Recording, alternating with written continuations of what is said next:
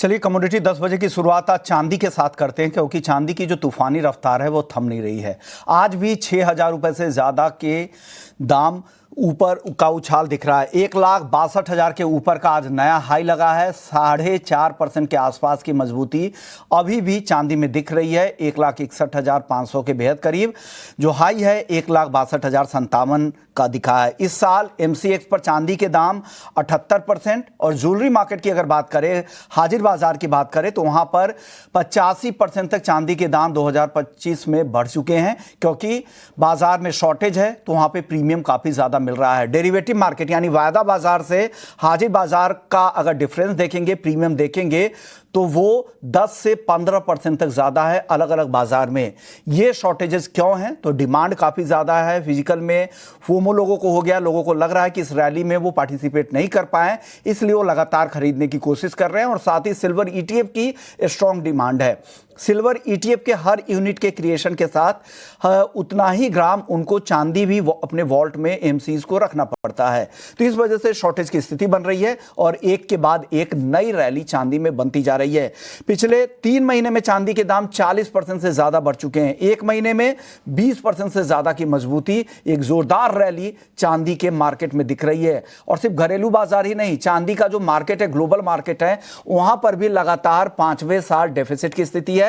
और लंदन में सिल्वर की फिजिकल सप्लाई लगातार कम होती जा रही है। कल ही हमने ये खबर देखी। और अब भारत के साथ साथ बाकी दूसरे जो मार्केट है वहां पर भी तेजी से सप्लाई कम हो रही है और उसका साफ तौर से फायदा दिख रहा है। डेरिवेटिव मार्केट में एक कैचअप रैली के तौर पर इस तरह की तेजी दिख रही है, क्योंकि हाजिर में दाम काफी ज्यादा है और जो गैप है वो काफी ज्यादा बड़ा होता जा रहा है। हमारे साथ भूपेश शर्मा है, टेक्निकल एनालिस्ट हैं। भूपेश जी, सबसे पहले चांदी में बताइए, जो डेरिवेटिव मार्केट में और फिजिकल मार्केट में जो गैप क्रिएट हो गया है, इस आर्बिट्राज का फायदा उठाने का मौका है? और क्या जिनके पास फिजिकल में चांदी है वो उस चांदी को बेचकर डेरिवेटिव मार्केट में लॉन्ग पोजीशन बना सकते हैं? क्या आपके तरफ से क्या रणनीति बताएंगे आप चांदी में?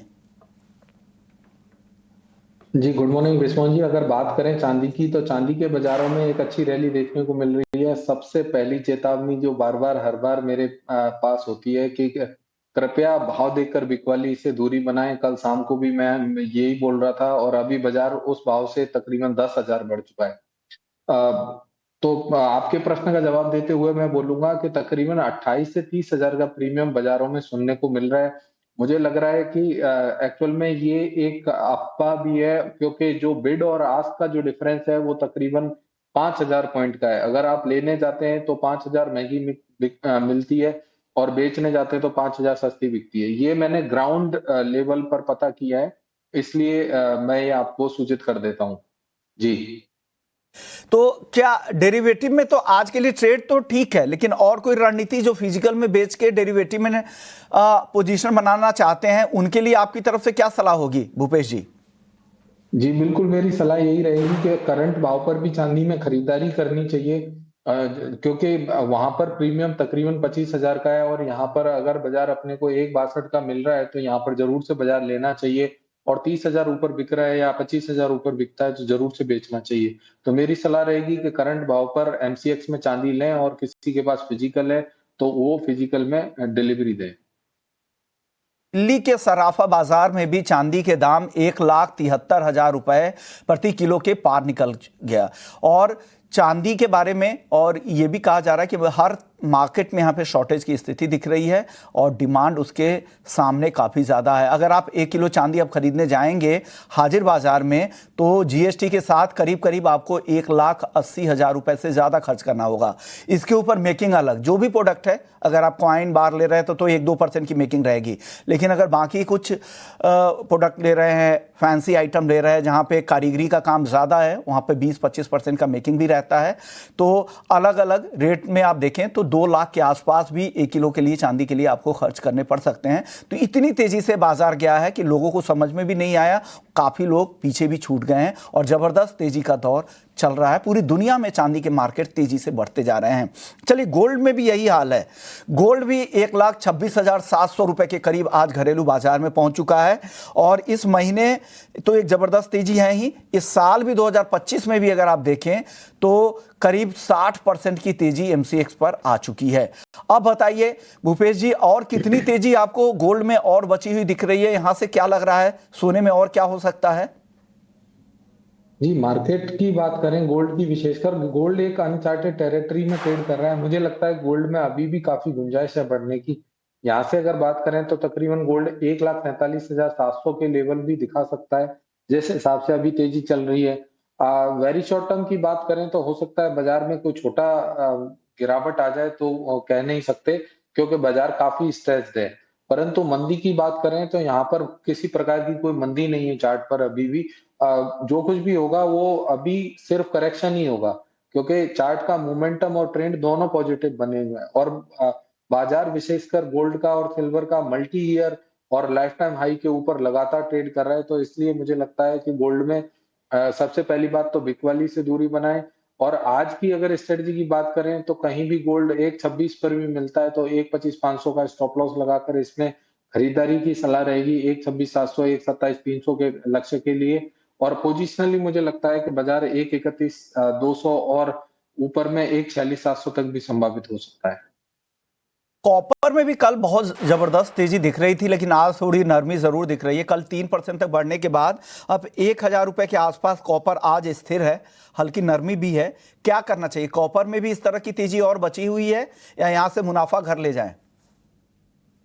जी, कॉपर के बाजार भी लाइफ हाई के ऊपर पेनिट्रेट करके ट्रेड कर रहे हैं लगातार। मुझे लगता है कॉपर में करंट भाव में खरीदारी करने की सलाह रहेगी।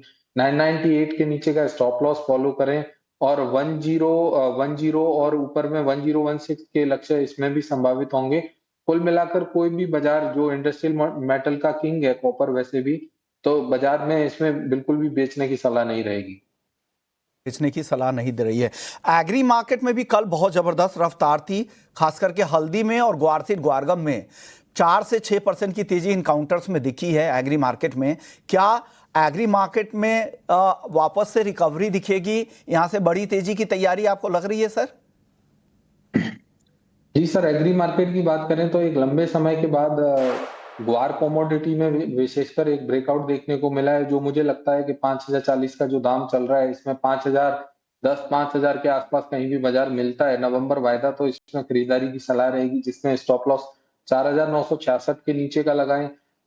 लक्ष्य की बात करें तो इसमें 5,090 और 5,150 तक के लेवल देखने को मिलेंगे।